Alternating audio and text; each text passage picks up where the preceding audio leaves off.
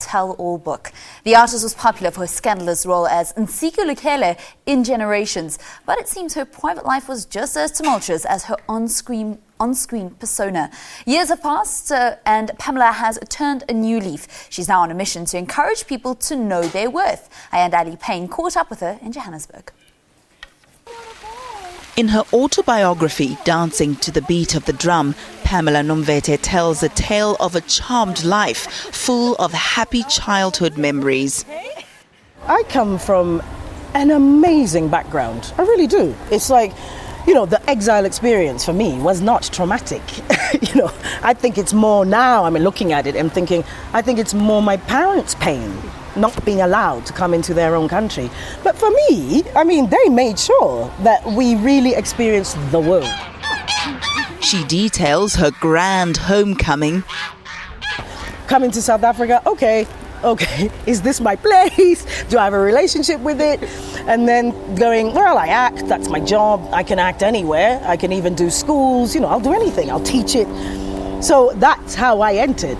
And then, of course, there was that euphoria, 94, and the day we voted, and everybody was a high. There were parties galore. It was more about, let's have a good time, wasn't it? It was like freedom is about having fun. The actress goes on to describe her illustrious TV career with all its lavish trimmings. You get invited to all kinds of things. I remember being invited to horse racing events, which I'd never imagined. But my gosh, I was telling a friend of mine the other day, the places that they used to take us, then you're going, what? This is what South Africa has to offer. And the handsome stranger she went on to marry, and it should have been the recipe for happily ever after. But things fell apart. This person comes, and I'm thinking, oh, light and sun, and having had a series of lousy relationships, going, oh, okay, yeah, I need this. Meanwhile, I'd opened myself up to something that I had absolutely no control over, or I believed I didn't.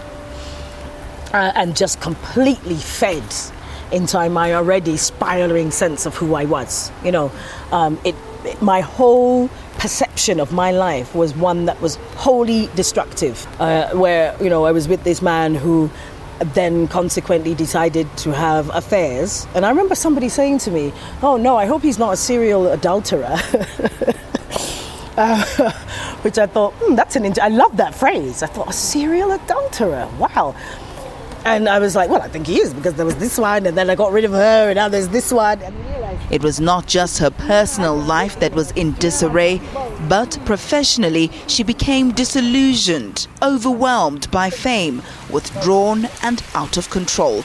She self-medicated with alcohol and reckless behavior, as even her dream job became a nightmare. By the time I returned to England, I decided I don't want to live anymore. I decided I was a waste of space. The person you're talking to here wanted to die. And that's for real. I didn't want to be alive. I thought I can't see the point. Having hit rock bottom, how did she manage to pick up the pieces? I'll attribute most of what is my growing process is definitely my Buddhist practice. And I'll tell you why it's so integral, because this is a practice that says exactly what I said to you. What is your purpose? Find it. There's a reason you were born. And that's what you need to go back to. Once you find that purpose, that's the thing that helps you wake up in the morning. Pamela has now come full circle. She hasn't completely written off returning to the small screen, but she says her youth empowerment work is her main priority at present. The arts is a tool to form and enrich and empower a society. So I'm just going back to that. And my main passion at the moment is I'm setting up this initiative which is going to do that. I'm going to use the arts to as a way of tapping into people's potential.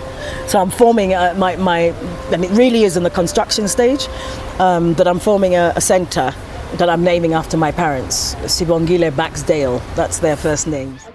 She self-published her book in London several years ago and says the process was liberating and therapeutic.